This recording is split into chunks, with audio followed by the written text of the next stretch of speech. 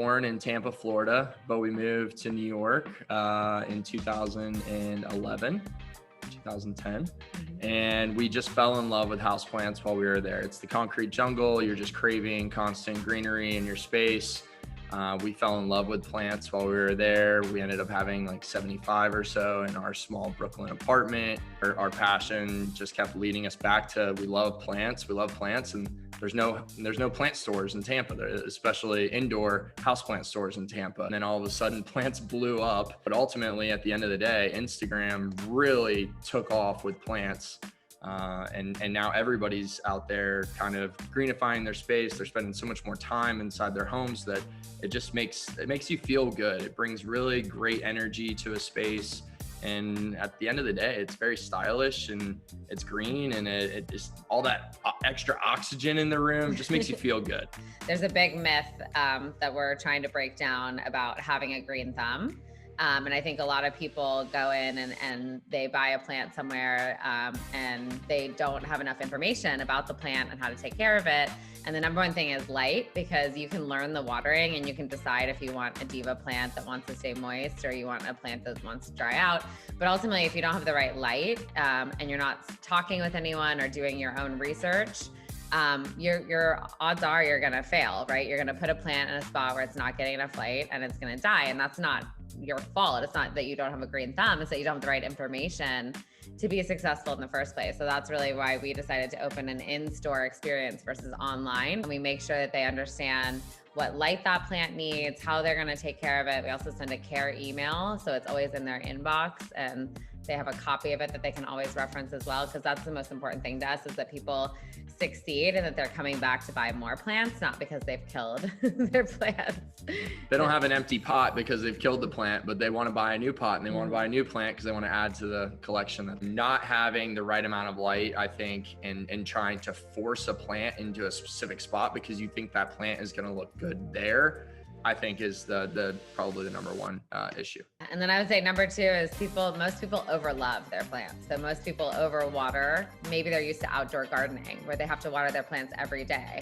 And they're thinking, oh, well, I have to water my plants inside every day too. I mean, I am a human. I drink water every day. Shouldn't my plants need water every day, right? But it's totally different inside because you're never going to get as much sun. You're never going to get as much heat. The soil's never going to dry out as fast. So I don't think people understand that they have to dramatically adjust their watering habits. Check-ins with our plants twice a week. We have Moisture Mondays and Tender Love and Care Thursdays. We always say just because we're checking on our plants doesn't mean they need to be watered. I'm going to set a calendar reminder to check on it Tuesday, even if it's off my schedule, because the plant's thirsty when the plant is thirsty. You know what I mean? So being in tune with your plants, it's paying attention to them. It's observing them. You know, it is a hobby. It does require effort.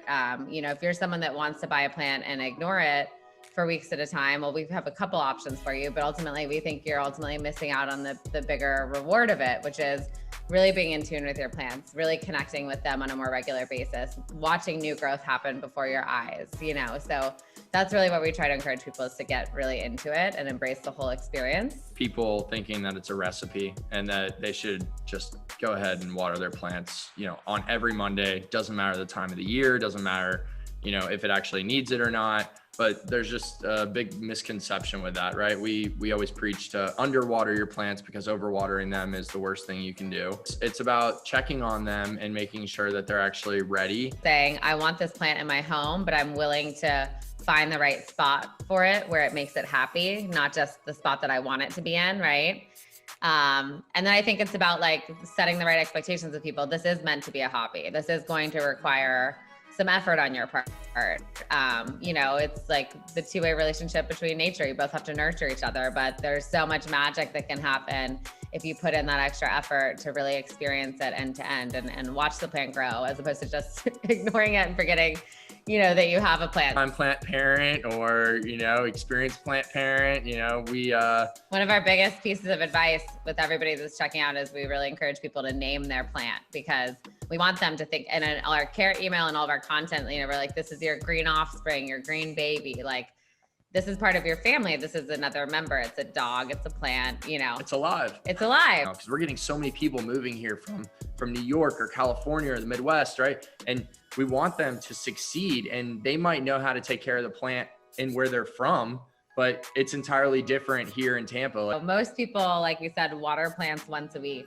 And the reality is watering a succulent or a cactus once a week is just way too much. It's a desert plant, so it's used to periods of extreme drought, and then it'll have a one big night of rain and then extreme drought again. So it stores all of its water in its petals. So what we'll do with our succulents at home is we'll wait until the bottom petals literally start to shrivel, because they're tapping into their excess water tank and they're literally sucking water out of the bottom of the petals. So we'll wait until they're ugly and shrivelly, and then we'll water it again, and they'll plump right back up after a day. People think that succulents are so easy because they thrive on neglect, but then ironically, they don't neglect them enough.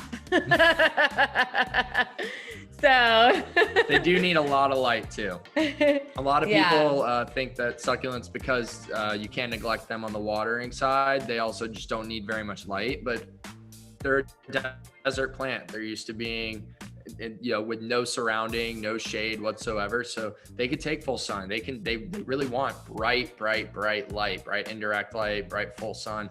It doesn't matter, but ultimately they're not a low light plant like many people think. And so it's such a special thing to be a part of. And that's really what we want to do, is share that with more and more people and kind of break down all these barriers and say, anybody can do it. A little effort, a little love, a little attention, anybody can do it, With the right tools and the right information and a little bit of effort, anybody can be a leafy lover.